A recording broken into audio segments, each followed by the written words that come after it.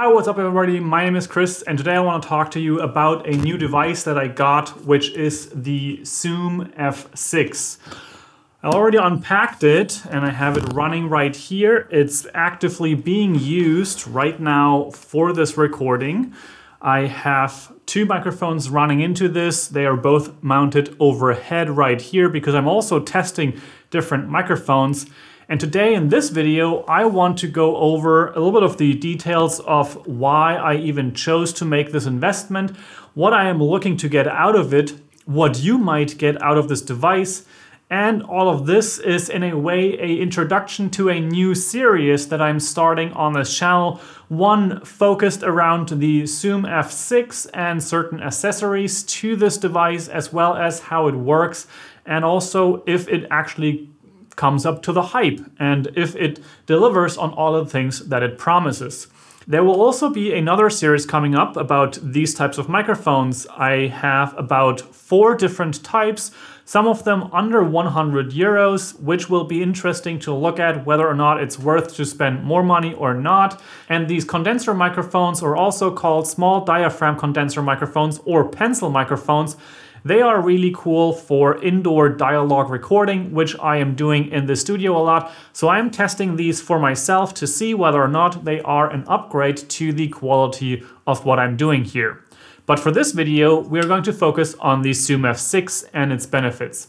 Now, the equipment that I use for these videos starts with the Canon EOS R, right now with the 35mm RF lens 1.8.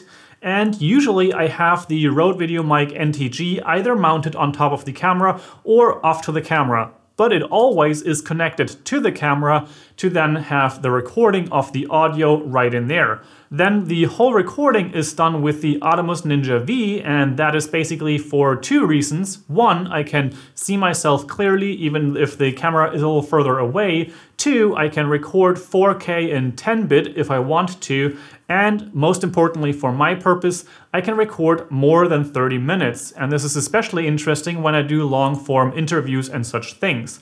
So there's that, but it doesn't necessarily warrant investing into a piece of equipment which costs around 500 to 700 euros, something like that. So there are more reasons of why I chose to invest into the Zoom F6, and that is podcasting for the most part.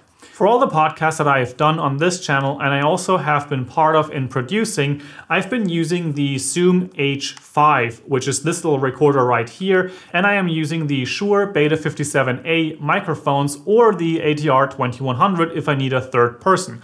However, that's already one of the downsides that I have experienced with this recorder, and that is that without having the extension, because there is a possibility to add an extension on top of here, I can only record up to 2 XLR microphones into this recorder, and then this recorder is also limited to 24-bit. Now, for the most part, that's fine if you get the levels right on this device, and also keep an eye on them if they change, because of sometimes the people start changing their volume of how they speak. Sometimes they become louder, especially when they're getting more comfortable, or also when someone starts laughing and those kind of things.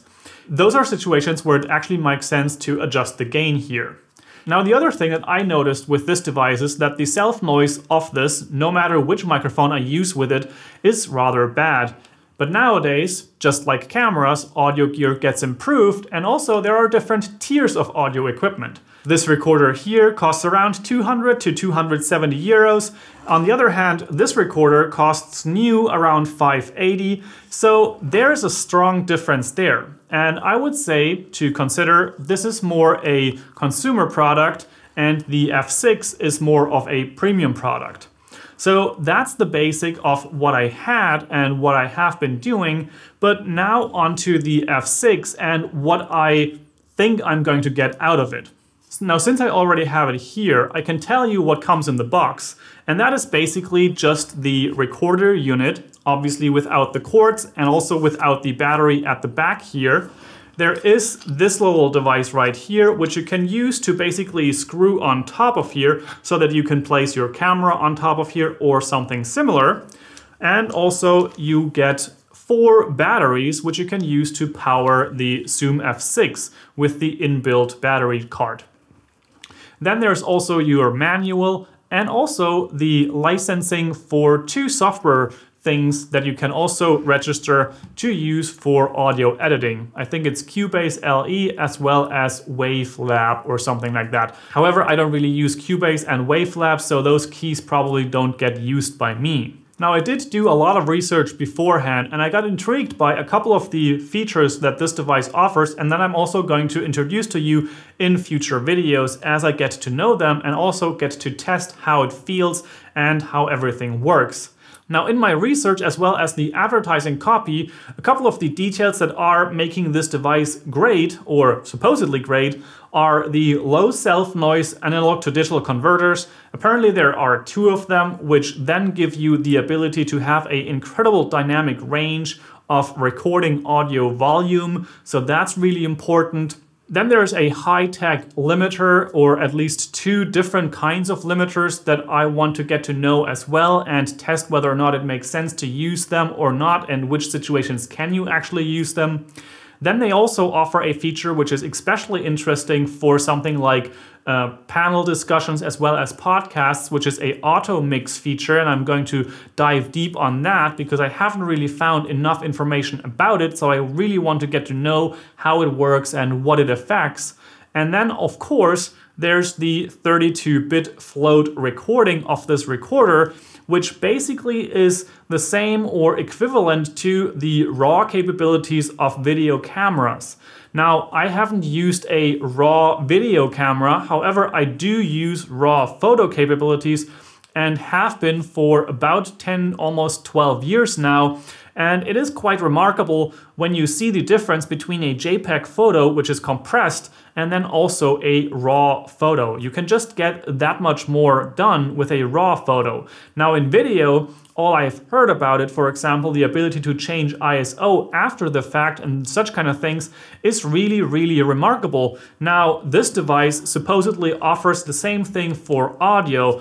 Now in the past, and for me with the Zoom H5, it was necessary to always set the gain rather accurate, giving myself a little bit of a headroom so that other people could get louder or more silent, but I would always have a little bit of headroom as a security so it doesn't clip, because clipping is not something that you can restore from later. Now with the Zoom F6, apparently with the 32-bit float recording combined with the dual AD converter, this doesn't necessarily matter. You can just record, and as long as your microphone is activated and the track is being recorded in 32-bit float, a WAV file, you should be fine just getting this into your audio editing suite and then adjusting the gain after the fact. And this is one of the main reasons why I looked into this device, especially for podcasting. Because of course there are also other devices on the market, like the Rodecaster or the PodTrack P4 from Zoom, but they don't offer 32-bit float recording. And that means even with those devices, I still have to adjust my gain properly, either whilst doing the show or giving myself enough headroom so that I don't have any clipping in the recording. I like to, after the fact, edit my podcasts and make my adjustments that way, and a 32-bit raw audio recording would give me much more flexibility in that process. And that is one of the main reasons I looked into this device.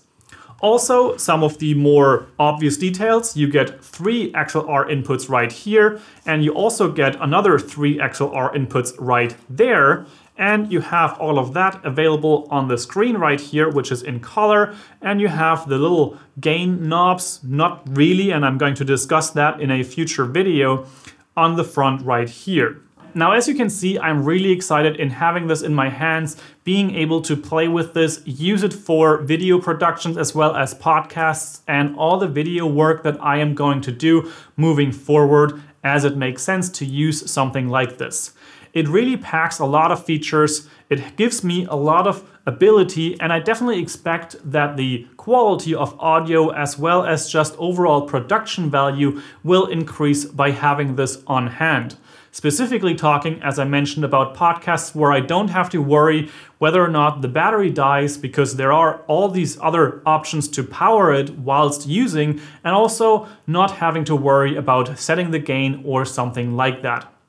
Now, please stay tuned for more videos in this series. I already have a list of topics that I want to cover with the Zoom F6, like for example, how does it even feel to work with 32-bit float files, and also how do you even use the gain knobs on something like a 32-bit float file, because I already noticed that it's definitely different from what I am used to in the Zoom H5, for example. I also will cover the auto mix feature, using limiters on a device like this or using limiters in post-production. I'm also going to test the same thing for the Zoom H5, and I'm also going to cover this little adapter right here and its bigger cousin, which I'm currently using.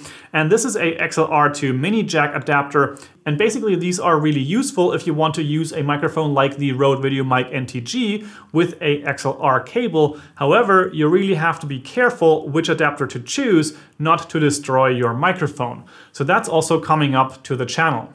Now, I hope you are equally as excited as I am to get to know new tools that are available to us as content creators. Having the ability to work with game-changing technology like the 32-bit float WAV file recording that this device offers is really a game changer. I assume that sometimes in the future this will also integrate into other devices. However, maybe it doesn't even make sense to use it everywhere. Now, subscribe to the channel so you don't miss out on all the videos that I just mentioned. Like this video if it was helpful for you, and also to help others find this information. And if you have any questions around the Zoom F6 or topic ideas, leave those in the comment section down below. I'm looking forward to producing these videos, getting to know this device, and giving you more information so that you can make your own content creation life easier. Have an amazing day, make it your life, and I will see you soon. Ciao, ciao!